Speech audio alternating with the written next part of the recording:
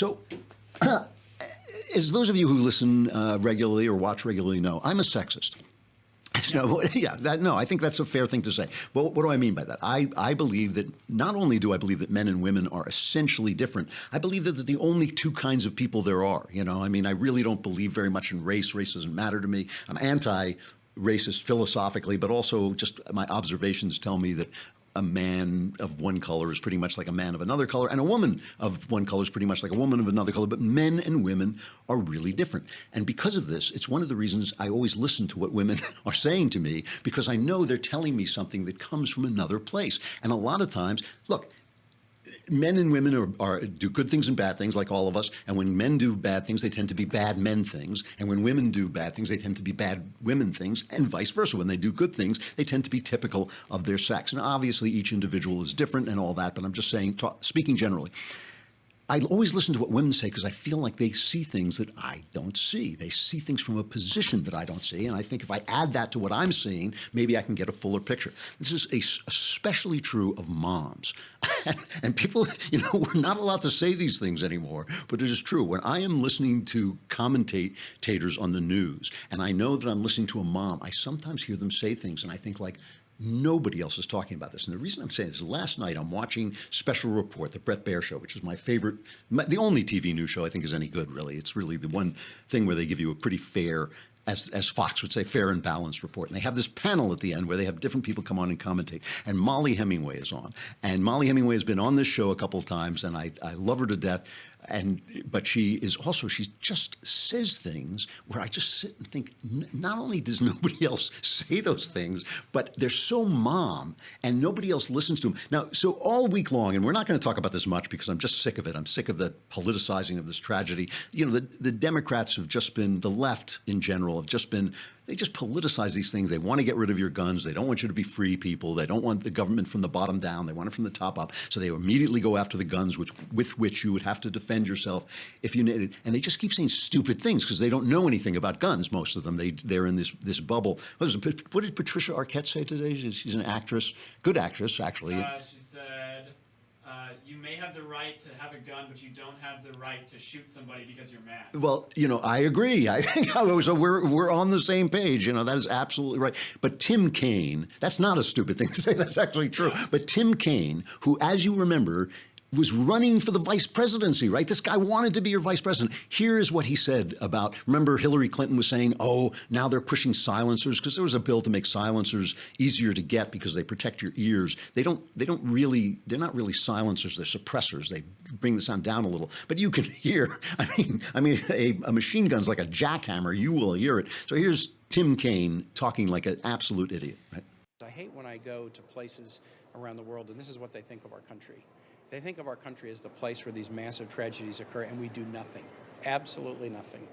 And for the Congress to do nothing when the population overwhelmingly supports reasonable steps, and we're scheduled to have a vote this week on whether it should be easier to get silencers.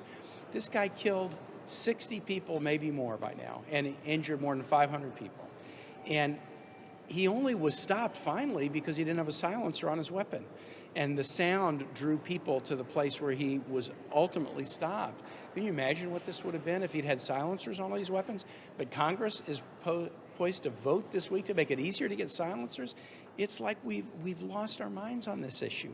So, see, it's like, how do you know when a Democrat's saying something stupid? It's because his mouth is moving, right? Yeah. And it's like, so he's talking this absolute nonsense. And they're all talking absolute nonsense. We have guns because we want to be free people, governed from the bottom up, not from the top down.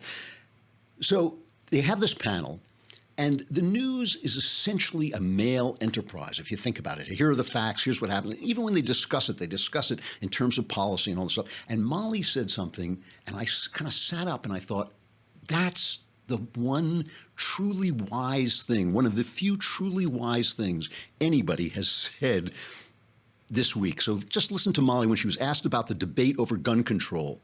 And nobody heard what she said except me, I think. I just really sat. Listen to this. At least in this case, we're talking about something that was involved in this actual deadly incident, which is not usually the case when we go through this ritual of talking about gun control after any deadly event. And that is something we kind of do to make ourselves feel better about the fact that no amount of gun regulation is going to prevent people who are hell-bent on murdering people from doing so. And we've learned that through so many terrorist incidents involving planes, trucks, fertilizer, and any number of other things. So we're pretending we're having a debate about gun control, but we're really having a debate about the nature of evil and whether a big enough government can contain it. It's like, and nobody even responded to it. But that's of course what we're doing. That is of course what we're doing. And I just thought that is so mom, because the thing that moms hear is they hear the thing that you need, not what you say. Like my kids come to me and they say, I need this, and I give it to them. You know, I find a way to get it for them. And sometimes my wife will say, why'd you give them that? That's not what they wanted. And I'll go, you know, that's above my pay grade. That's at mom pay grade. That's not a dad pay grade. Dad is like, you want it, here it is. You know, that is of course what we're talking about. We are of course talking about not about guns, because now they immediately on this panel, and I love the panel, but they immediately on this panel went to talking about bump stocks, these things that the guy used to apparently, you know, make him shoot faster. Completely meaningless conversation. Whether they ban them, whether they don't ban them, people will be able to modify guns to shoot faster.